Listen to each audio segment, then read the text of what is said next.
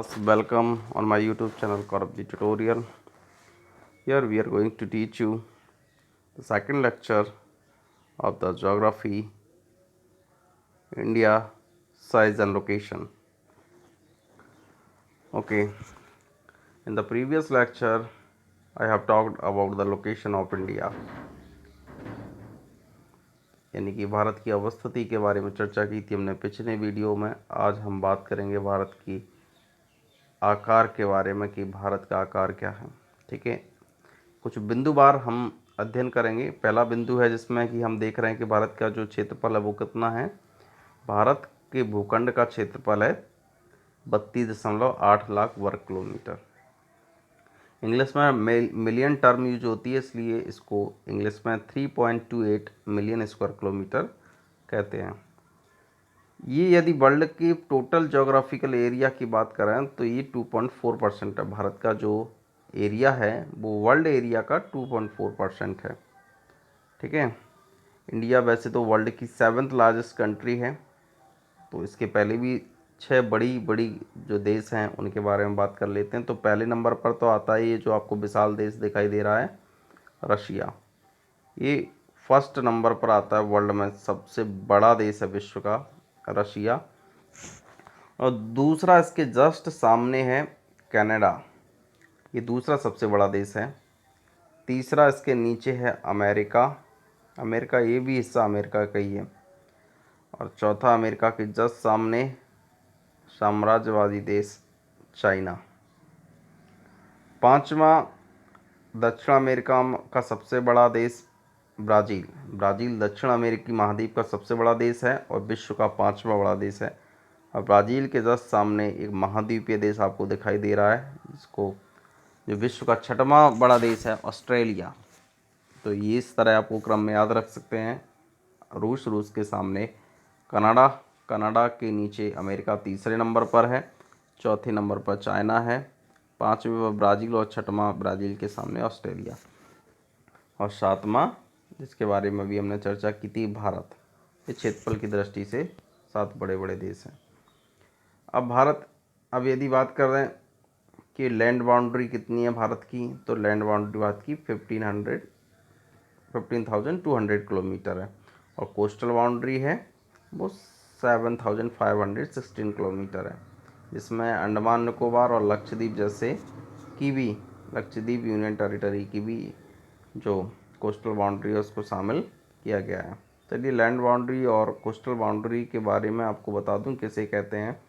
अब ये जो आपके सामने इंडिया का मैप है उसमें आप देखेंगे कि ये जो लाइन है वह भाग इंडिया का जो किसी दूसरे देश के साथ जुड़ता है उसको हम कहते हैं लैंड बाउंड्री। यानी कि जब लैंड दूसरे लैंड से कनेक्ट होती है तो उसे हम स्थल सीमा कहते हैं। इसकी लंबाई हमने ऊपर बताई आपको 15,200 किलोमीटर है। और वह भाग भारत का जो किसी दूसरे देश के साथ सीमा नहीं बनाता जबकि किसी समुद्री जल के साथ सीमा बनाता है वो कोस्टल बाउंड्री या कोस्टल लाइन कहते हैं उसको। ये दक्षिण भारत का आपको भाग दिख रहा है, गुजरात से लेकर आपको ये यहाँ तक पश्चिम बंगाल तक दिखाई दे रहा है। ये भाग जो नीचे का है वो आपकी जल सीमा है। और इसकी लंबाई जिसमें कि लक्षद्वीप के पास भी तट रेखा है और अंडमान निकोबार के पास भी तट रेखा है, तो इनको भी शामिल कर लें तो हमारे देश की तट रेखा की कुल लंबाई कितनी हो जाती है, 7,516 किलोमीटर। ठीक है, जरा इस लाइन पर गौर करें। From Gujarat to Arunachal Pradesh there is time lag of 2 hours. Gujarat और अरुणाचल प्रदेश के बीच में 2 घंटे का समय अंतराल है। चलिए इस बात को हम मैप मानचित्र के माध्यम से इसको भी समझते हैं कि क्या कहना चाह रही है परिभाषा। देखिए भारत के मानचित्र पर आप पूर्वी राज्यों की बात करें तो सबसे पूर्व में अरुणाचल प्रदेश और सबसे पश्चिम में है गुजरात। तो ये बात कह रही है परिभाषा कि अरुणाचल प्रदेश और गुजरात के बीच में 2 घंटे का अंतर है। 2 घंटे से मीन्स कि यदि सूर्योदय सनराइज यदि हम अरुणाचल प्रदेश में देखें तो 6 बजे होता है और 6 बजे गुजरात की में देखें तो 6 बजे गुजरात में जो है सूर्योदय नहीं होता है, गुजरात में होता है 2 घंटे बाद। यानी कि कब, 8 बजे। ऐसा क्यों? चलिए इस क्यों का आंसर हम समझते हैं ग्लोब के माध्यम से, अर्थ मॉडल के माध्यम से। ठीक है, तो चलिए अर्थ की ओर रुख करते हैं। ये आपको पृथ्वी का मॉडल स्वरूप एक जो है ना दिखाई दे रहा है मॉडल। इसमें आप देख पा रहे हैं कि पृथ्वी घूम रही है, रोटेट हो रही है अपने एक्सिस पर, अपनी काल्पनिक अक्ष पर ये पृथ्वी घूमती हुई दिखाई दे रही है। अब समझें ज़रा गौर से कि पृथ्वी अपने अक्ष पर एक बार घूमने में 24 घंटे का समय लेती है। यानी कि एक बार घूमने का मतलब हुआ 360 डिग्री, क्योंकि वृत्त 360 डिग्री का होता है ना। 360 डिग्री घूमने में, यानी पूरा एक बार पृथ्वी घूम रही है, उसका मतलब क्या होगा, 360 डिग्री घूम रही है। 360 डिग्री यदि पृथ्वी घूमती है तो कितना समय लेती है, 24 घंटे। अब इसको शॉर्ट में देखें तो 1 डिग्री यदि पृथ्वी घूमेगी तो समय कितना लेगी, 4 मिनट। कैलकुलेशन बाद में कर लेना कैसे हुआ ये सब। तो 1 मिनट यदि पृथ्वी घूमेगी, 1 डिग्री सॉरी घूमेगी तो कितना टाइम लेगी, 4 मिनट का। ठीक है, चलिए प्रत्येक 1 डिग्री पर एक देशांतर रेखा खींची गई है, तो 360 डिग्री पर कितनी देशांतर रेखाएं खींची गई होंगी अर्थ के ऊपर, 360। ठीक है, एक देशांतर से दूसरे देशांतर के मध्य 4 मिनट का समय है, तो 30 देशांतरों के मध्य कितने घंटे का अंतर होगा, 2 घंटे का। और आप भारत का देशांतरीय विस्तार यदि देखें तो भारत का देशांतरीय विस्तार क्या है, भारत का देशांतरीय विस्तार है 68 डिग्री 7 मिनट पूर्वी देशांतर से भारत शुरू होता है, यहाँ से ये देशांतर रेखा से, और भारत का अंत होता है 97 डिग्री 25 मिनट पूर्वी देशांतर पर। यानी कि 97 में से 68 माइनस करें तो कितनी देशांतर रेखाएं भारत से गुजरती हैं, 30 देशांतर रेखाएं। तो 30 देशांतर रेखाएं यानी कि 30 डिग्री की चौड़ाई में भारत है, और 1 डिग्री घूमने में पृथ्वी को 4 मिनट का समय लगता है, तो 30 डिग्री घूमने में कितना समय लगेगा, 2 घंटे का। कितना लगेगा, 2 घंटे का। अब और समझें, मान लेते हैं कि ये जो है ना सूर्य है, मान लेते हैं कि ये सूर्य है, पृथ्वी घूम रही है, सूर्य की पहली किरण पड़ेगी पूर्व में बसे हुए राज्य पर, तो ये भारत का पहले कौन सा हिस्सा सामने आएगा, घूमते हुए पूर्वी हिस्सा। तो भाई अर्थ इस तरह से घूम रही है पश्चिम से पूर्व की ओर, तो पहले ये वाला जो भाग है वो सूर्य के सामने आएगा। अब यहाँ से यहाँ तक जो चौड़ाई है देश की वो 30 देशांतरों की है, यानी कि 2 घंटे की चौड़ाई है। यहाँ से यहाँ तक सूर्य की जो भाग है, पहले ये भाग है अरुणाचल प्रदेश का, सूर्य के सामने आ गया। अब गुजरात का पार्ट सूर्य के सामने कब आ पाएगा, जब पृथ्वी इन 30 देशांतर को घूम जाएगी, यानी 30 डिग्री घूम जाएगी। और 30 डिग्री आपको बताया था घूमने में कितना समय लगता है, तो 2 घंटे। तो गुजरात वाला पार्ट सूर्य के सामने कब आएगा भाई, 2 घंटे बाद आएगा। नहीं, 30 डिग्री घूमेगी पृथ्वी तभी तो आएगा, तो 2 घंटे बाद जो समय है गुजरात है वो सूर्य के सामने होगा, और फिर सूर्योदय गुजरात में भी हो जाएगा।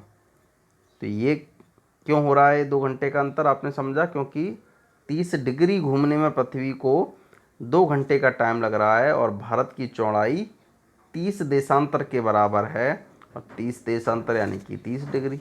ठीक है, क्लियर। चलिए, इसीलिए भारत में समय को लेकर कन्फ्यूजन ना हो, रेलवे जैसी जो व्यवस्थाएं हैं वो गड़बड़ ना हो, एयरलाइंस समय से चल सके, सभी की घड़ियों में अलग अलग समय ना हो, इसलिए एक एक ऐसी देशांतर रेखा ढूंढी गई जहाँ से सारे देश के लिए समय एक जैसा हो। और वो देशांतर रेखा थी 82 डिग्री 30 मिनट ईस्ट, यानी कि कहें तो 82.5 डिग्री पूर्वी देशांतर। यह वो देशांतर रेखा है जहाँ से पूरे भारत का समय लिया जाता है। इस देशांतर रेखा पर जो समय होगा पूरे इंडिया का वही स्टैंडर्ड या मानक समय होगा। तो IST लिखा रहता है, आपने देखा होगा, इतने बजकर इतनी IST। तो इंडियन स्टैंडर्ड टाइम कहाँ से लिया जाता है? इसी 82.5 डिग्री देशांतर से। यही वो मानक रेखा है। ठीक है, तो अब दोनों, चाहे अरुणाचल प्रदेश हो या गुजरात के निवासी हो या केरला के हो या जम्मू कश्मीर के कहीं के निवासी हो, आप भारत के अंदर आपकी सभी की घड़ियों में एक जैसा समय देखने को मिलेगा।